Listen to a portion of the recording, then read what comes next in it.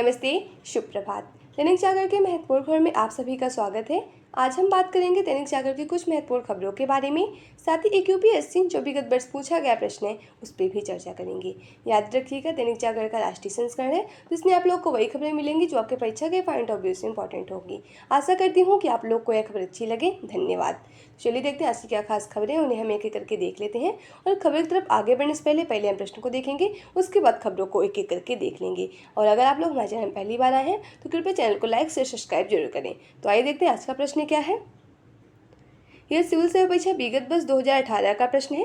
प्रश्न है, भारत ने वस्तुओं के भौगोलिक संकेत पंजीकरण और संरक्षण अधिनियम 1999 को किसके दायित्वों का पालन करने के लिए अधिनियमित किया है?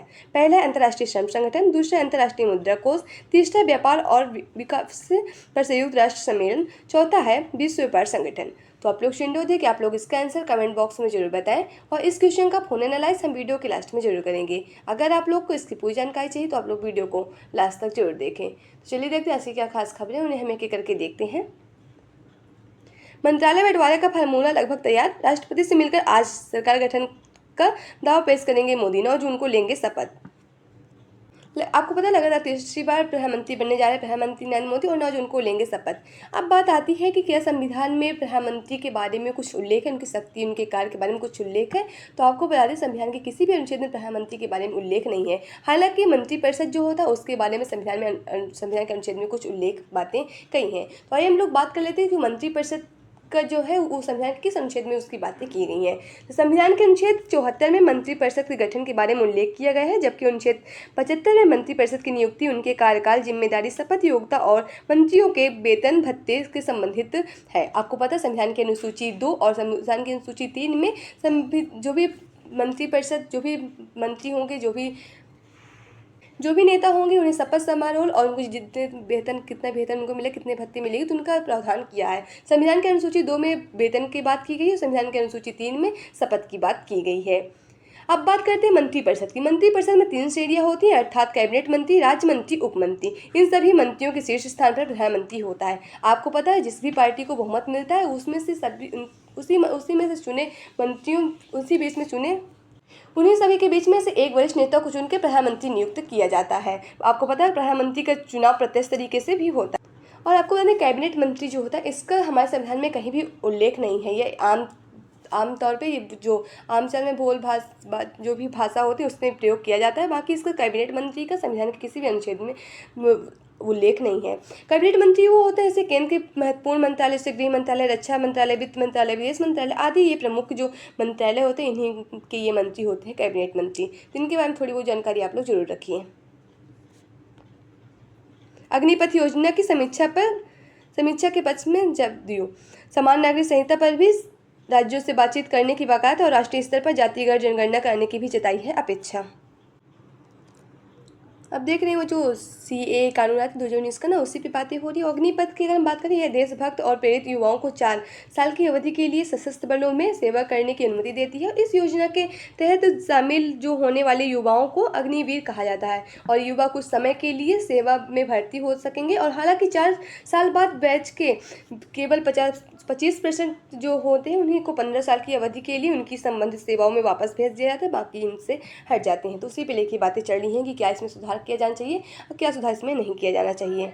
उन्होंने जो यह बात भी कही कि राजनाथ सिंह जो चुनाव प्रचार के दौरान एक जनसभा में कहा था कि अग्निवीरों के भविष्य को सुरक्षित करना सरकार का दायित्व है। उसी पे लेके भी एक बड़ी ज़रूरत हमें इसमें बदलाव के तैयार बोले कि अगर वो बदलाव करना चाहते हैं तो हम इस बदलाव के लिए तैयार हैं। यही लेके बातें चल रही, जातिवार जो जनगणना होगी उसमें क्या होगा, यही सारी बातें लेकर चल रही हैं। शेयर बाजार में उथल पुथल, एक घोटाला, JPC से हो जांच, राहुल कह रहे हैं। कांग्रेस की जो पता है आपको विपक्ष की जो पार्टी है, कांग्रेस के एक प्रमुख नेता है। कांग्रेस नेता ने कहा कि घोटाले में सीधे शामिल थे प्रधानमंत्री नरेंद्र मोदी और गृह मंत्री अमित शाह।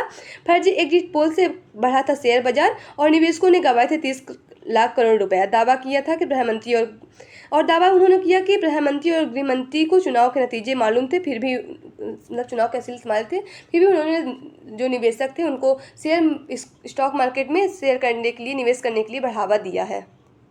आपको पता होगा जब एग्जिट पोल जारी हुआ था तो लगातार सेंसेक्स में था, जो स्टॉक बाजार है उसमें काफ़ी ज़्यादा वृद्धि देखने को मिली थी। बाद में जब मतगणना हो रही थी, उसके परिणाम जब जारी हुए थे तो उसमें भी काफ़ी डाउन हो गया था शेयर मार्केट। बाद में एक सामान्य स्थिति भी आ गया। उसी पे लेके बातचीत चल रही है कि एक घोटाला हुआ जो आम नागरिक है इनके साथ बहुत बड़ी धोखाधड़ी हुई है, वही लेके बातें चल रही हैं कि इसके लिए जेपीसी यानी संयुक्त संसदीय समिति की बैठक बुला के इसकी जाँच करवानी चाहिए। उसी पे लेके बातें चल रही हैं। इसका जो जवाब देते हुए जो जेपी के नेता हैं और पीयूष गोयल ने कहा कि पिछले 3-4 दिनों में भारत निवेशकों ने की है कमाई और 10 वर्षों में मार्केट कैप 67 से बढ़कर 415 लाख करोड़ रुपए पहुंचा है। अब लेकिन वही बातें चल रही हैं कि क्या मामला है। शपथ ग्रहण समारोह में दिखेगी नेबरहुड फर्स्ट की झलक। बांग्लादेश और नेपाल के पीएम श्रीलंका के राष्ट्रपति पहुंच रहे हैं भारत के शपथ ग्रहण समारोह में 7 पड़ोसी देश के प्रमुख बुलाने का भी फैसला किया गया। अब आपको पता होगा कि 9 जून को प्रधानमंत्री नरेंद्र मोदी तीसरी बार शपथ ग्रहण करेंगे। उसी पे जो भी पड़ोसी देश है उनको बुलाने की बात हो रही है। पीएम मोदी ने अपने पहले शपथ समारोह में द6 संगठन के सभी सदस्यों के प्रमुख देशों को आमंत्रित किया था। उस समय पाकिस्तान के पीएम नवाज शरीफ भी भारत आए थे। मोदी ने दूसरे शपथ समारोह में कुछ पड़ोसी देश के प्रमुख आमंत्रित किया था। चूँकि इस बार चुनाव के नतीजे आने में 3 दिन के बाद ही शपथ ग्रहण समारोह आयोजन किया जा रहा है, इसलिए ज़्यादा विदेश मंत्रियों को आमंत्रित नहीं किया जाएगा। अब यहाँ बात एक आई है द6 जो संगठन है इसकी बात। द6 जो संगठन है इसे आपको बता दें कि दक्षिण एशियाई क्षेत्रीय सहयोग संगठन कहते हैं, जिसे आप लोग सार्क कहते हैं, south Asian association for regional cooperation. आपको पता है इसमें टोटल 8 कंट्रीज़ हैं। मालदीव, श्रीलंका, भारत, पाकिस्तान, अफगानिस्तान, नेपाल, भूटान, बांग्लादेश, ये सारे 8 कंट्रीज़ हैं, ये इसमें शामिल है। उन्हीं की बात हो रही है कि पहले शपथ समारोह में प्रधानमंत्री नरेंद्र मोदी ने इन संगठनों को अपने शपथ समारोह में बुलाया था, वही लेके बातें चल रही हैं। इस बार 7 विदेश के जो नेता हैं, प्रमुख नेता जैसे प्रधानमंत्री हो गए, वहाँ के राष्ट्रपति हो गए, उनको बुलाने की बात हुई है। तो बता दें आपको कि बांग्लादेश, नेपाल, श्रीलंका और भूटान के आपको बता दें भूटान को भी इसमें, और मालदीव और सेल्सियस जो मॉरिशस है इनके प्रधानमंत्री को भी आमंत्रण पत्र भेजा है। इन सबको अब शपथ समारोह बुलाने की बातें हो रही हैं। और शपथ ग्रहण करने का संविधान के अनुसूची आपको बता दें कि संविधान के अनुसूची 3 में शपथ ग्रहण करने के बारे में पूरा उल्लेख दिया हुआ है। यहाँ आपको राष्ट्रीय से जुड़ी खबरें मिलेंगी। दिल्ली के लिए 137 क्यूसेक पानी छोड़े हिमाचल। सुप्रीम कोर्ट का आदेश है कि आज छोड़ना होगा पानी। हरियाणा निर्बाध रूप से पानी पहुंचाने में करेगा मदद। आपको पता होगा जो दिल्ली और इस समय उत्तरी भारत में आप देखेंगे काफ़ी ज़्यादा गर्मी का माहौल बना है और दिल्ली में पानी काफ़ी कम हो गया है। तो इस तरह में हिमाचल प्रदेश जो है एक अपना जो राज्य है उसने दिल्ली को पानी देने के लिए कहा है और सुप्रीम कोर्ट का आदेश भी है कि वो जल्दी से पानी दे और जो हरियाणा है इसमें उसकी सहायता करेगा, क्योंकि आपको पता है हिमाचल प्रदेश से दिल्ली तो सीधे पानी आ नहीं सकता, इसीलिए जो हरियाणा उसमें बीच में राज्य पड़ता है। तो इसलिए काफ़ी ज़्यादा विवाद भी चल रहा था कि हिमाचल जो हरियाणा था वो कह रहा था कि पहले पानी का यूज़ हम करेंगे, उसके बाद दिल्ली को दिया जाएगा। ये तो इसी तरह हो गया ना कि किसी भी अगर गली मोहल्ले में देखें कि कोई भी सड़क निकली तो इसमें आधा कब्जा हमारा होगा, उसके बाद इसका होगा। यही लेके बातें चल रही हैं कि हरियाणा इसमें अपनी मदद करेगा, दिल्ली तक पानी सही रूप ढंग से पहुंचाया जाएगा।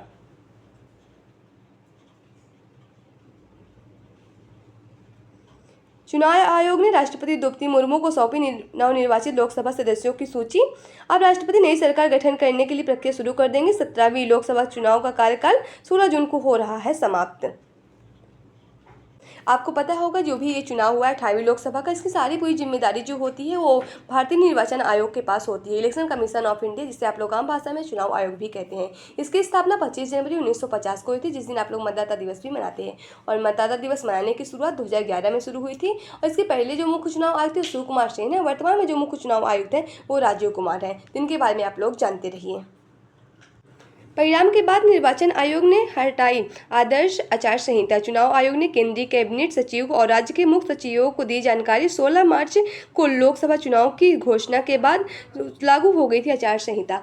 आपको आदर्श आचार संहिता होती क्या? आदर्श आचार संहिता का मतलब ये होता है कि जब चुनाव की घोषणाएं हो जाए, मतलब कि कब से चुनाव होगा और कब तक ये चुनाव चलेगा, उस समय कोई भी जो राजनीतिक पार्टी, जो भी सत्ता में पार्टी, वो कोई बड़े नियम कानून नहीं ला सकती है। उसी को लेकर आचार संहिता बात है। और इसका अगर कोई उल्लंघन करता है तो उसे पार्टी में उन्हें कई तरह की सज़ा भी दी जाती है। हालांकि ये बात होती है कि आदर्श जो आचार संहिता है, लोकसभा विधानसभा चुनाव के दौरान इन नियमों को पालन करना होता है। सरकार के जो नेता होते हैं, राजनीतिक दलों की जिम्मेदारी होती है कि इसका उद्देश्य से चुनाव प्रचार जो मतदान होता है और मतगणना प्रक्रिया को व्यवस्थित, स्वच्छ और शांतिपूर्ण बनाए रखना है। सत्ता में पार्टी की राज मशीनरी और वित्त के जो दुरुपयोग को रोकना होता है। हालांकि इसमें कोई वैधानिक समर्थन प्राप्त नहीं है, लेकिन सुप्रीम कोर्ट की तरफ से कई मौके पर इसकी पवित्रता का बरकरार रखा गया है, क्योंकि आपको पता है ये कोई संवैधानिक नहीं है, ये एक वैधानिक है और इस वैधानिक समर्थन इसे नहीं प्राप्त है, लेकिन सुप्रीम कोर्ट की तरफ से इसे बरकरार रखा गया। इसमें कोई अभी तक की कोई धांधली वगैरह नहीं हुई है।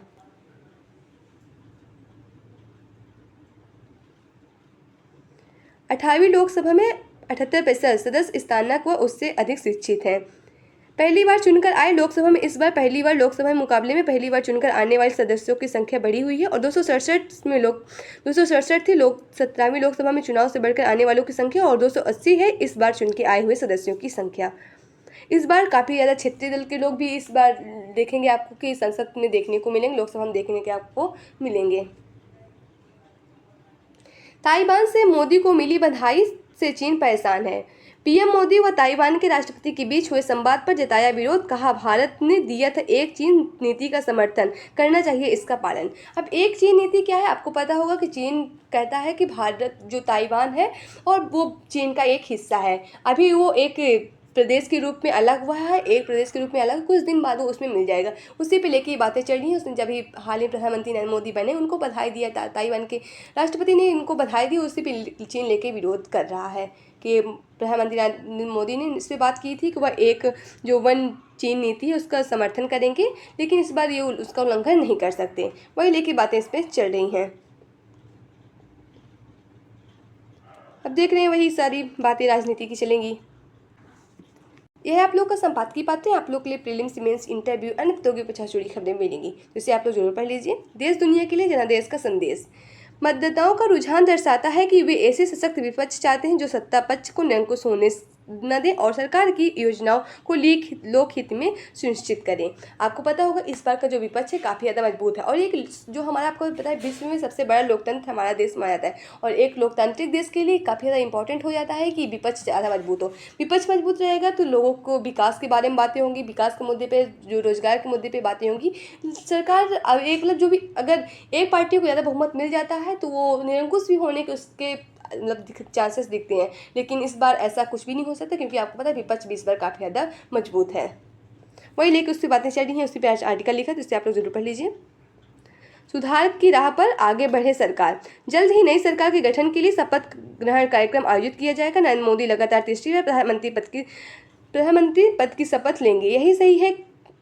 ये सही है कि नई सरकार ले रही है। गठबंधन सरकार के गठन के साथ कुछ अनिश्चितताएं भी जुड़ी होंगी, लेकिन ऐसा नहीं है कि यह पहली बार हो रहा है। पूर्व में गठबंधन सरकार के दौरान भी विकास की गाड़ी आगे बढ़ी है।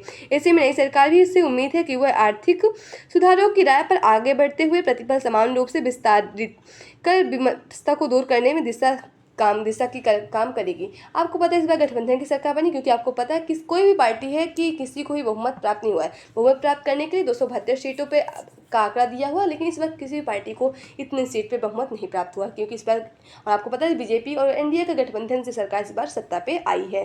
तो ये पे लेके बातें चल रही हैं कि क्योंकि पता कि पूर्व में भी गठबंधन कई हुए थे, पहली बार ऐसा हो नहीं रहा कि पहली बार गठबंधन हो रहा है। पूर्व में गठबंधन हुए थे और उन्होंने भी अपने सरकार को विकास की दिशा में काफ़ी ज़्यादा आगे बढ़ाया था। तो इस बार भी जो सत्ता में सरकार आएगी उससे भी यह अनुमान लगाया जा रहा है, इससे अनुरोध किया जा रहा है कि वो भी देश के विकास में अपना कार्य करेगी। 2 दिन में 2,900 अंक से ज़्यादा बढ़ा सेंसेक्स, फिर 75,000 के पार पहुंचा बीसीआई का मानक सूचकांक। 21 लाख करोड़ रुपए से ज़्यादा बढ़ा बीसीआई का बाजार पूंजीकरण। विशेषज्ञ बोले रजक सरकार बनने से सकारात्मक वृद्धि जारी रहेगी। रजक यानी राष्ट्रीय जनतांत्रिक गठबंधन की बात हो रही है। इस बार जो एनडीए की सरकार बनी ना उसी की बातें हो रही हैं। एनडीए में आपको पता है 41 जो अन्य दल शामिल है, तो इससे भी आप लोग जानते हैं सबसे बड़ी जो पार्टी है एनडीए में वो बीजेपी ही है। इजराइल का गाजा के स्कूल पर हमला, 40 की मौतें। सेना का दावा, स्कूल में छुपे थे हमास के लड़ाके। फिलिस्तीन ने कहा कि यूएन के शिविर में शरण लिए हुए थे ये लोग। हमले में मारे गए लोगों की 23 में से 23 लोगों में महिलाएं और बच्चे भी शामिल थे। 73 लोग घायल हुए हैं। अब देख रहे हैं कि जो इजराइल और हमास का लगातार संघर्ष बढ़ता जा रहा है और ये एक मानवता की भी हानि हो रही है, क्योंकि देख रहे हैं कि इसमें बहुत से बच्चे जिनका कोई दोष नहीं, जिनका इसमें कोई लेना देना नहीं, वो भी इसमें मारे जा रहे हैं। तो ये लेके बातें चल रही है और लगातार ये 8 महीने से युद्ध ये चल रहा है। आपको पता है 7 अक्टूबर से पूरा जो युद्ध संघर्ष इनका शुरू हो गया था। उस दिन 7 अक्टूबर, उस दिन इजराइल के जो लोग हैं, यहूदी धर्म के लोग हैं, वो अपना एक महत्वपूर्ण पर्व मनाते सुकोत। तभी हमास ने लगभग 500 मिसाइल से इजराइल पर हमला किया था। उसके बाद इजराइल और हमास का लगातार संघर्ष देखने को आपको मिलता चला आ रहा है। मेमोरियल दिवस में बलिदानियों को श्रद्धांजलि।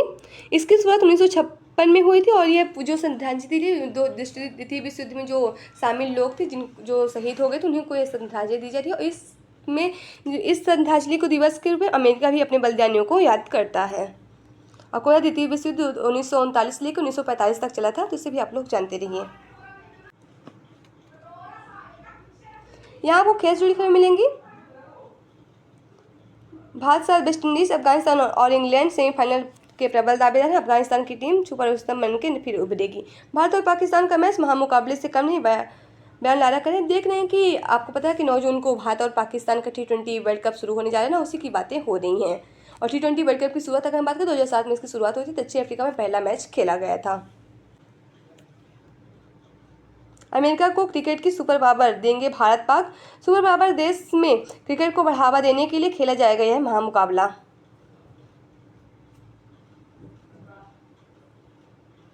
यहाँ आपको परीक्षा के पॉइंट में से जनरल से खबर मिलेंगे, तो इसे आप लोग जरूर पढ़िए। इंग्लैंड में हुआ क्रिकेट के पहले विश्व कप का आगाज।